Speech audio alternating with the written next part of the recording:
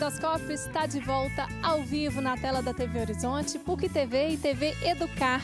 Várias cidades do Brasil recebem o nosso sinal. Alô, Governador Valadares, em Minas Gerais, um abração para vocês que estão aí recebendo o nosso sinal e estão ligados aqui com a gente, hein? O tema do programa de hoje, Minha Vida, Meu Aplicativo. Estamos debruçando aí sobre o tema para entender por que algumas pessoas colocam a vida inteira nos aplicativos ou dos smartphones aí. Será que isso é um vício, uma tendência? Como ser mais independente e deixar os aplicativos um pouco aí de lado? Participe aqui do nosso bate-papo, os contatos estão aí na tela para você. E nas redes sociais nós temos presentes, quem sabe você não leva algum, hein? Aproveite! Você conhece as camisas masculinas Clé? Vale a pena conferir. Entre no Facebook e veja os modelos. No Caleidoscópio, a cada 15 dias, um telespectador é contemplado.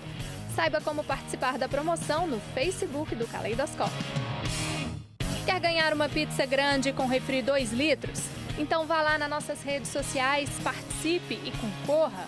Toda sexta-feira sai um ganhador. Mas se sua fome não aguentar até o final da semana, ligue e peça a sua bitela. Tá aí pra você o telefone da bitela.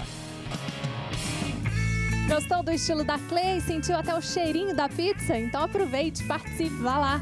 Vamos então voltar aqui ao nosso bate-papo, Minha Vida, Meu Aplicativo.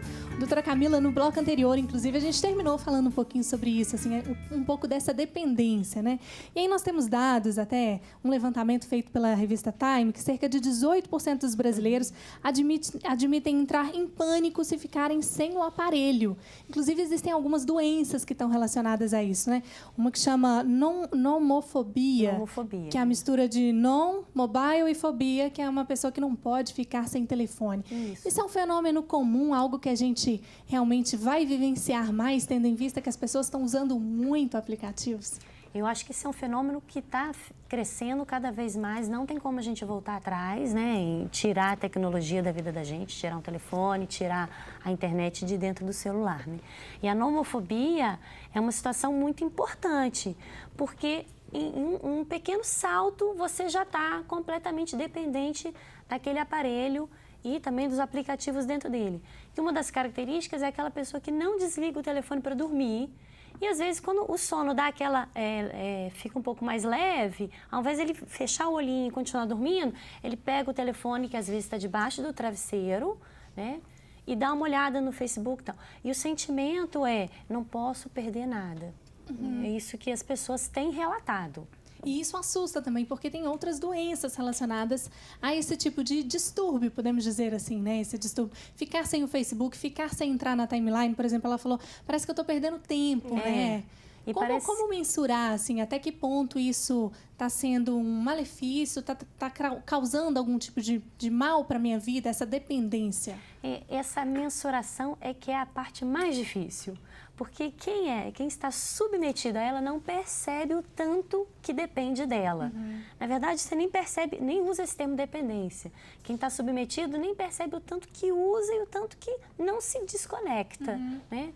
A nossa principal preocupação são as outras comorbidades relacionadas a esse tipo de relacionamento com a tecnologia, né? Pois é, aí eu entro um pouco com o Antônio, assim, né, Antônio? Que tipo de comportamento é esse, assim, dessas relações sociais, até que a gente falou um pouquinho no bloco anterior, relações de família, relações entre amigos, onde tudo fica ali naquele aplicativo. Que fenômeno é esse?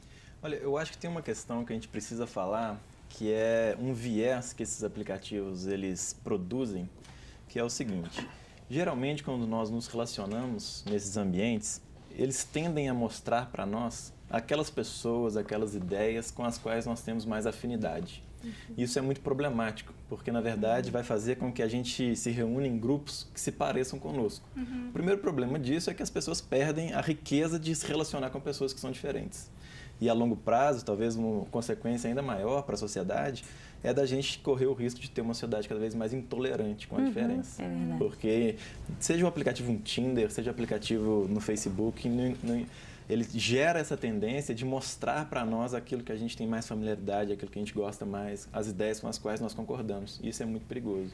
Incrível. Ô Nilson, por exemplo, essa questão do desenvolvimento, se a gente for pensar a quantidade de aplicativos que temos hoje, essa oferta, ainda temos muito mercado, muita coisa para pensar, assim, né? Pensando assim, há um aplicativo que calcula a quantidade de evasão de água da minha casa, temos de tudo hoje em dia. O que a gente pode esperar, assim, desse mercado? Com certeza é um mercado muito crescente, exatamente pelo fato que nós estamos abordando aqui. Quer dizer, o smartphone hoje é um dispositivo que pertence à nossa vida mais do que qualquer outra coisa hoje, né? E a tendência é de cada vez mais. O que eu costumo dizer é o seguinte, se eu te chamar, você vai olhar para mim ou qualquer coisa, porque eu ouvi o seu nome e eu estou te chamando. O problema é que no smartphone, todas as pessoas que eu relaciono e até aquelas que eu nem relaciono, me chamam. E é o tempo inteiro, então, né? O tempo inteiro. Inclusive, então, temos uma pesquisa também que mostra que as pessoas olham mais de 110 vezes para a tela do computador. Um tempo assim, do celular e do computador, quando é chamado na telinha, né? Isso é incrível. E à medida que isso vai se tornando um hábito, né, a tendência é que a gente queira demandar mais o aparelho. Hoje nós temos um smartphone que, ao mesmo tempo, ele é telefone, é câmera, ele é um GPS e uma série de outras funções. Quer dizer, ele agenda, ele é notas, tudo, vamos dizer, que envolve a informação a meu respeito, eu tenho num único aparelho. Então, o que acontece? Ele cada vez vai se potencializando mais. Ao invés de diminuir, cada vez eu me torno mais dependente dele, porque ele é capaz de suprir a maior parte das minhas necessidades de informação. E nesse sentido, quer dizer, se a partir do meu smartphone eu consigo ver se o portão da garagem foi aberto, consigo ver o consumo de água da minha casa, consigo ver a energia elétrica que eu estou gastando e outras N funções, né, que eu gostaria de saber, poxa, será que está indo bem? Esse mês vou pagar muito ou pouco? Quer dizer, isso tudo começa a criar uma demanda maior ainda de dependência. Então, eu não vejo uma possibilidade de diminuirmos o uso do smartphone, para o bem e para o mal, né? Que, evidentemente, como a Camila colocou muito bem, as doenças decorrentes disso é uma questão de disciplina interior, vamos dizer assim, né? Eu acho que existem pessoas, por exemplo, que são, sei lá, viciadas em pizza, né? E vão comer pizza com muita frequência, né? E se houver uma disciplina interior, pode ser que ela coma dentro de um determinado limite. Eu acho que também esse mesmo princípio deve ser usado para o uso do smartphone, né? E além da doença, a gente tem uma questão também, que todo mundo já deve ter visto essa pesquisa, né, na televisão. Dirigir mexendo no celular já é mais perigoso que dirigir bêbado, né? É verdade. Excelente lembrança, realmente, porque hoje em dia, principalmente jovem, né, que adora... Por que não consigo não olhar para aquela tela? Tem aplicativos hoje, inclusive, que foram desenvolvidos para tentar minimizar isso, né? Até para ajudar um pouco no mensurar o quanto... Você tem desse? Controla. Não, esse eu não tenho coragem de baixar, porque eu acho que ele vai querer desligar o seu... Ele vai virar uma bomba na sua mão, não vai né? dar certo. Imagina, Mas a própria tecnologia já está dando conta, por exemplo, desse fato que o Antônio colocou, né? Já estão rodando, circulando carros, né, sem motorista. Exatamente para que você tenha até o conforto, entre aspas, né, de poder usar o seu smartphone andando de carro. Quer dizer, já é uma tendência de tirar o motorista e não o smartphone dele. É verdade. Estamos vivendo um outro momento, né? Ó, temos o Mental, que é um aplicativo que monitora o tempo do usuário, que ele passa no telefone, né, o tempo que ele gasta. E tem também o Break Free, que monitora o uso e manda alertas. Foi isso que eu falei, que eu acho que na mão dela ele... E ele também, eu sei que tem um que mede o grau do seu vício.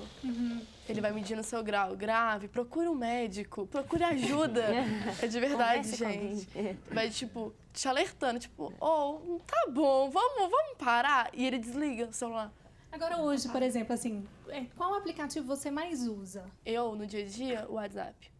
E, por exemplo, se você perder o seu celular, né? Suponhamos porque tem muita gente que mantém a vida toda no celular. Eu nem terminei de pagar ele, vou perder. Minha mãe me mata. Acontece, né? O Nilson colocou aqui a respeito disso, assim, que as informações estão concentradas diretamente ali naquele aplicativo. As pessoas conseguem recuperar esses dados? Consegue. Com certeza. Hoje, aliás, a tendência, né, é que você tenha smartphones sem cartão de chip. A memória da nuvem, né? Aquela memória do smartphone vai diminuir. Em contrapartida, você tem um espaço imenso na nuvem, né? E todos os seus dados estão lá. Quer dizer, toda a sua vida de informação, né, ela fica na nuvem. E você não precisa do smartphone ter nada, né? Se Isso você é um perde aquele risco, assim, smartphone, de alguma forma, de com manter essas certeza, informações? cada vez que a tecnologia avança, né, ela traz consigo um problema de privacidade muito sério, né? Então, esse é um grande perigo que se torna na medida em que você vai cada vez mais colocando suas informações, né, na nuvem, e ao mesmo tempo, se houver uma invasão, Um com alerta certeza, aí, né? Tá você certo. tá Vamos dar uma vulnerável. pausa então na nossa conversa para dar espaço à música. Hoje agregados aqui fazendo um som no caleidoscópio. O que vocês vão apresentar agora pra gente? Agora a gente vai mandar uma música do Rapa agora. Oba, Chama vamos Papo lá. de Surdo e Mudo. Bora lá então.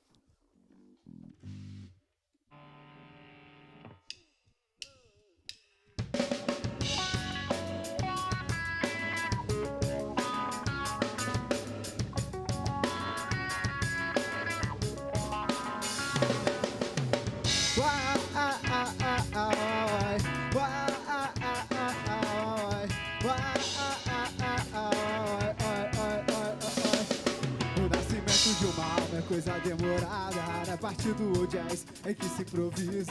Não é casa moldada, laje que suba fácil. Natureza da gente não tem de se medir. O nascimento de uma alma é coisa demorada. Na parte do jazz é que se improvise. Não é casa moldada, laje que suba fácil. Natureza da gente não tem de se medir. No balcão do botequim a prosa tá parada. Não se fala da vida, não acontece nada. No balcão do botequim a prosa tá parada. Não se fala da vida, não acontece nada. Se não faltasse trabalho no meio do barulho, o dia sobe, sobra muito. Papo de surdo e mudo, papo de surdo e mudo, papo de surdo e mudo, surdo e mudo, surdo e mudo. Ela passa de onda, paisagem fluminense. Parecia de festa, todo mundo presente. Soubesse rimar, faria o samba antigo, onde reina calma e todo mundo é amigo. O calor é sólido, um pedaço eu sinto como um bafo, um pedaço eu sinto como um bafo, E a cachaça queima forte, vibrante forte. A cachaça queima forte, vibrante forte. Estaria maluco se não tivesse junto. Eu estaria maluco se não tivesse junto. Se não tivesse junto. Se não tivesse junto. Não tivesse